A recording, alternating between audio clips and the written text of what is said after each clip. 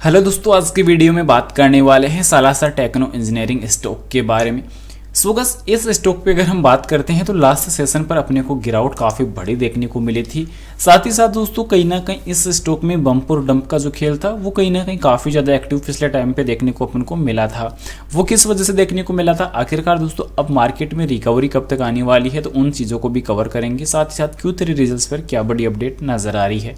सबसे पहले प्राइस की अगर बात करते हैं तो 12 रुपये 54 पे दोस्तों शुक्रवार को लास्ट सेशन क्लोज हुआ था। पर अब दोस्तों कल के सेशन में मंडे को कल क्या तेजी नजर आ सकती है और उसमें कितनी तेजी अगर देखने को मिल सकती है और कितनी गिरावट, क्योंकि लगातार अगर अपन लास्ट सेशन की बात करते हैं तो 12 रुपये 87 तक जंप रही थी और 12 रुपये 39 तक गिरावट भी अपने को देखने को मिली थी।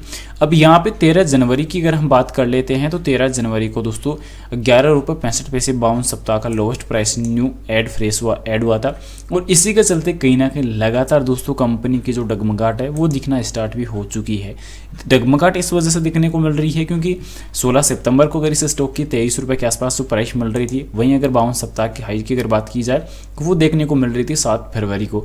अब 7 फरवरी को दोस्तों 34 रुपये जिस इस स्टॉक की प्राइस देखने को मिल रही थी, वो stock continuously deep down continuously गिरावट की तरफ बढ़ा है और एक बड़ी गिरावट इस स्टॉक ने निवेशकों को दिखाई है। क्योंकि अगर इस प्राइस पॉइंट को टॉप प्राइस से अब तक अगर देखते हैं तो दोस्तों कहीं ना कहीं एक बड़ी गिरावट अपने को देखने को नजर आई है, क्योंकि लगातार रिटर्न निवेशकों का काफ़ी बर्बाद देखने को मिला है। ऑलमोस्ट 4 रुपये 33 से लगभग 34 रुपये से जो गिरावट बढ़कर हमें देखने को मिली थी वो कहीं ना कहीं काफ़ी ज़्यादा हो चुकी है। पिछले 5 सालों की अगर बात की जाए तो पिछले 5 सालों में नो डाउट दोस्तों रिटर्न काफ़ी अच्छे दिया है, पर रिटर्न सब नेगेटिव होते हुए नजर आ रहे हैं। साथ ही साथ यहाँ पे अगर हम बात करें कंपनी की बेसिक चीज़ों के ऊपर, तो बेसिक चीज़ें ये देखने को मिल रही है कि कंपनी के पहले सेक्टर में क्या कंपनी का विकास चल रहा है। कि कंपनी टेलीकॉम सेक्टर पे भी काम करती है, और telecom sector, energy sector, railway sector और steel structure manufacture EPC infrastructure का भी कंपनी कार्य करती है। अब मेन चीज़ ये है कि कंपनी 3 ऐसे सेगमेंट में काम करती है जिन सेगमेंट्स का दोस्तों एक बड़ा फ्यूचर रहने वाला है। बड़े जो आने वाले टाइम के दोस्तों जो लगातार उतार चढ़ाव है वो भी अपने को देखने को मिलने वाले हैं, पर उतार चढ़ाव की बजाय अपने को एक अच्छी ग्रोथ इन तीनों सेक्टर में देखने को मिलने वाली है, टेलीकॉम सेक्टर, एनर्जी सेक्टर और रेलवे सेक्टर। तो इसके बावजूद कंटिन्यूसली अपने को यहाँ पे दोस्तों जो लॉस है वो कहीं ना कहीं काफ़ी ज़्यादा देखने को मिला है।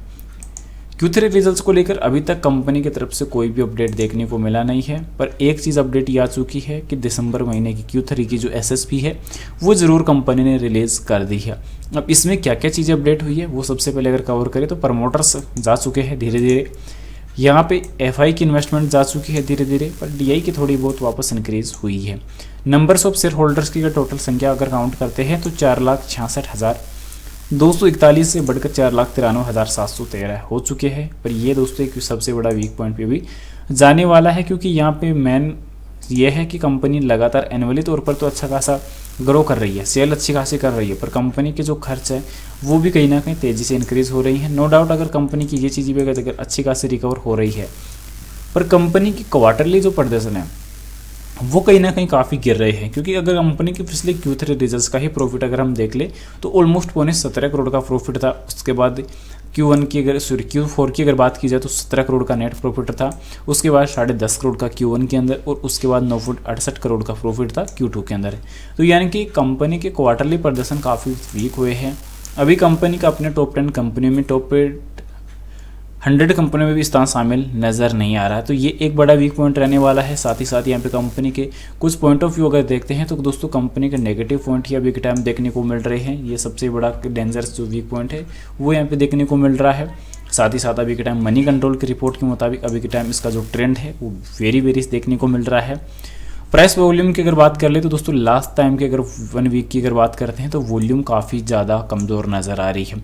वॉल्यूम 49 लाख की नज़र आई थी, उसमें से ओनली 19 लाख शेयर निवेशकों ने होल्ड किए थे, जो काफ़ी वीक पॉइंट रहा। उससे के साथ साथ यहाँ पे अगर उससे पहले अगर बात की जाए तो लास्ट सेशन पर दोस्तों जो यानी कि गुरुवार को जो मार्केट में अगर हम बात करते हैं तो 34 लाख का ही दोस्तों यहाँ पर ट्रेड हुआ था, कारोबार हुआ था, वॉल्यूम देखने को मिली थी। पर प्राइस परफॉर्मेंस भी अगर देखते हैं तो ये एक वीक पॉइंट जाने वाली है। कंपनी के रिजल्ट्स में अगर और कुछ चीज़ें अगर कवर करते हैं तो कंपनी ने लास्ट टाइम जो डिविडेंड बोनस जो अनाउंसमेंट किए थे वो अगर बात करें तो वो भी काफ़ी महत्वपूर्ण चीज़ें थी, पर कंपनी अभी इस रिजल्ट को लेकर तो कोई डिविडेंड बोनस पे आउट करने वाली है देखने को मिल नहीं रही है। क्योंकि डिविडेंड बोनस कहाँ से पे आउट करे जब कंपनी के एनुअली तौर पर ही शेयर्स गिर रही है। पर कंपनी ने 1 फरवरी 2024 यानी कि कंपनी ने लास्ट टाइम Q3 रिजल्ट्स के अंदर 4.1 के हिसाब से दोस्तों कंपनी ने 4 का जो बोनस था वो यहाँ पे अनाउंसमेंट किया था 4 रुपये का। साथ ही साथ यहाँ पे कंपनी के क्वार्टरली प्रदर्शन में भी कहीं ना कहीं वीक पॉइंट देखने को मिले हैं, तो इस वजह से आने वाले रिजल्ट्स में ना अनाउंसमेंट करे वो एक बात अलग हो सकती है। पर कंपनी का पिछला ऑल ओवर प्रदर्शन अगर देखते हैं तो वो काफ़ी शानदार था, क्योंकि लगातार कंपनी ने लास्ट टाइम भी Q3 रिजल्ट्स के अंदर डिविडेंड का बोनस काफ़ी अच्छा अनाउंसमेंट किया था। तो उम्मीद है यही देखने को मिल रहा है कि कंपनी इस रिजल्ट के अंदर भी बोनस कुछ अनाउंसमेंट कर दे। बल्क डील की अगर बात करते हैं तो बल्क डील अभी तक कंपनी की यहाँ पे देखने को कुछ मिली नहीं थी, तो ये चीज़ अभी के टाइम काफ़ी अच्छा पॉइंट ऑफ व्यू देखने को मिल सकता है। पर कंपनी के रिजल्ट्स पर डिपेंड करता है कि कंपनी रिजल्ट्स की जो डेट है वो कब तक अनाउंसमेंट करती है, कब तक रिजल्ट आते हैं। फिलहाल बाई शेयर के लिए कोई सजेशन नहीं रहेगी, जानकारी ओनली एजुकेशन पर्पज के लिए रहेगी। मिलते हैं नेक्स्ट अमेजिंग वीडियो के साथ। Thanks for watching this my video. जय हिंद, जय भारत, वंदे मातरम।